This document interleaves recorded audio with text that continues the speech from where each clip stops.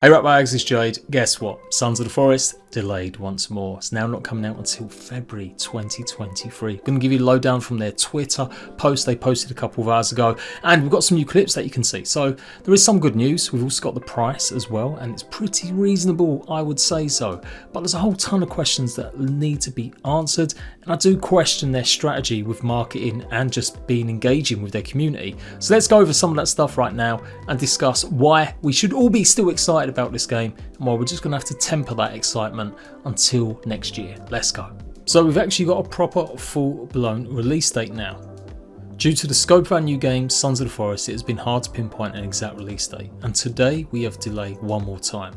Giving us time to complete the polish we feel is needed, we will release February the 23rd, 2023, priced at $29.99. Now, to be fair, if they'd released it at $23.99, I feel like that would have been the holy trinity completed.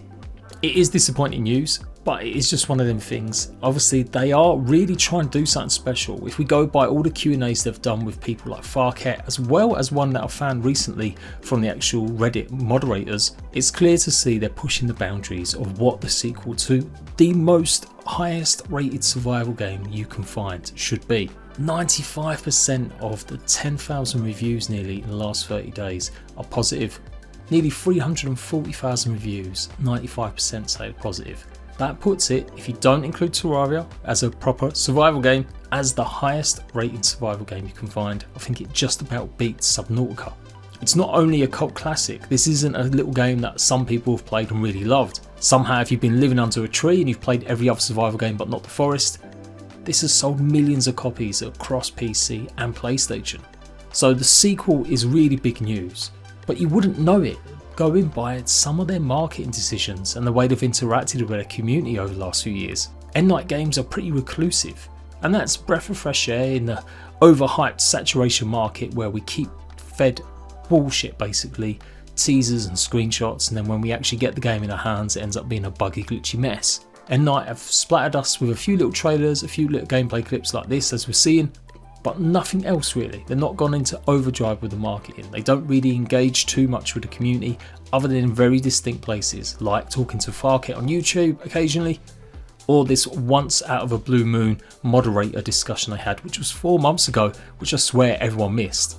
That's because they do have a bit of an issue in my eyes of really engaging, and I feel like they should do that a bit more. Now you can disagree with that, that's fine. But I feel for a game that's probably sold close to 8, maybe 10 million copies, given it was on PlayStation and it outsold DayZ, Ark and Conan Exiles in the year it released. Not to mention the 4 million copies I think it's sold on PC, maybe even more. It's a safe bet to say they've probably sold close to that amount. And yet they've got nothing going on. They've never had a community page where they post regular screenshots from the community, base builds, top tips. But I feel like they should do a little bit more, because there will be a bit of blowback.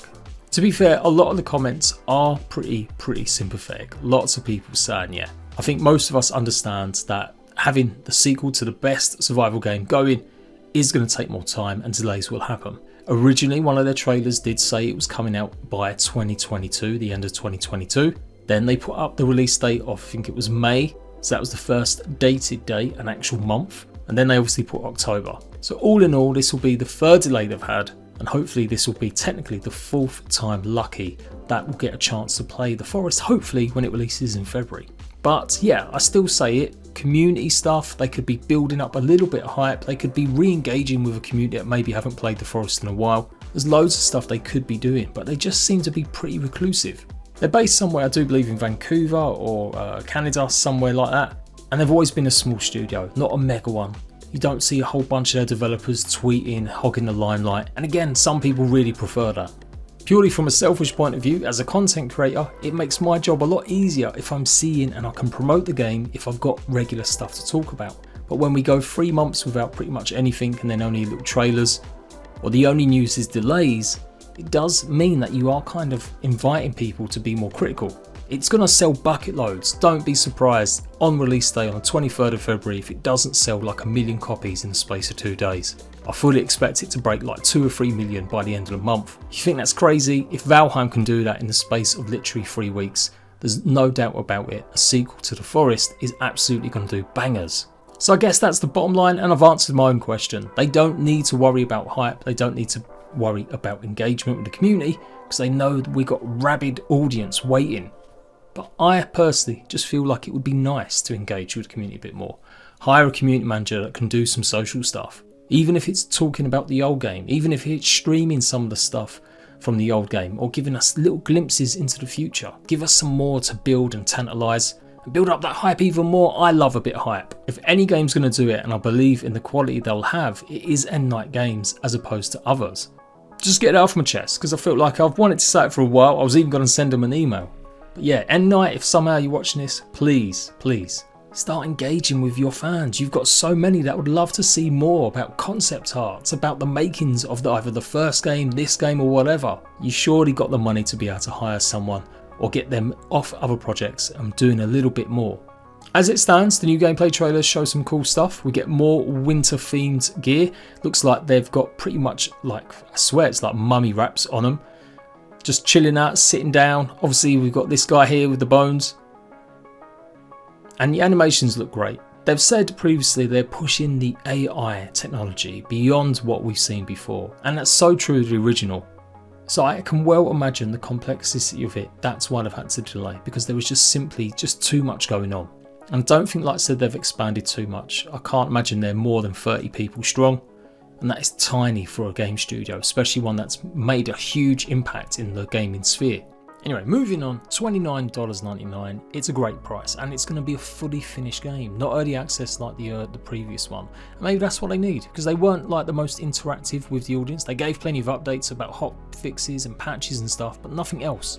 But yeah, it's not going to be an early access title. It's going to be a full price game. So for $30, that is pretty solid. So there we go. I'm probably going to get a bit of criticism from that from some hardcore fans that might not like me dissing what they did because it's a perfect game. But trust me, I'm only doing it as suggestions. I want to make the game and grow it. I want this game to be massive. I truly believe it's one of the best survival games going. For years now in my lists videos, it's always been the #1 survival game you can play. So I want the best for them, and I think they could help themselves and build up a bit more hype. Even if it does mean letting us down with another delay, it'd still be great to see some more interaction. Let me know what you think. Disappointed? It does leave a gaping hole now. Nightingale delayed, Starfield delayed, Ark 2 delayed. There is nothing really big coming out the rest of this year. A few smaller indie games that might do okay or well, Forever Skies, maybe Outbreak Island, but nothing that's got the cultural impact that The Forest is going to have. So let me know what you're going to be looking at playing the rest of this winter if it's not the Sons of the Forest. And of course I will be there. Any other big news? In fact, I will start looking at getting all the information collated from stuff like the Reddit forum that they had and any other answers to start giving you more soundbite videos. But I guess that will be delayed a bit longer now because I don't want it too early because you'll just forget everything by the time the game's actually releasing. So until next time, Ratbags, sadly I'll see you for another hopefully not release delay of Sons of the Forest, but an actual yep, it's happening.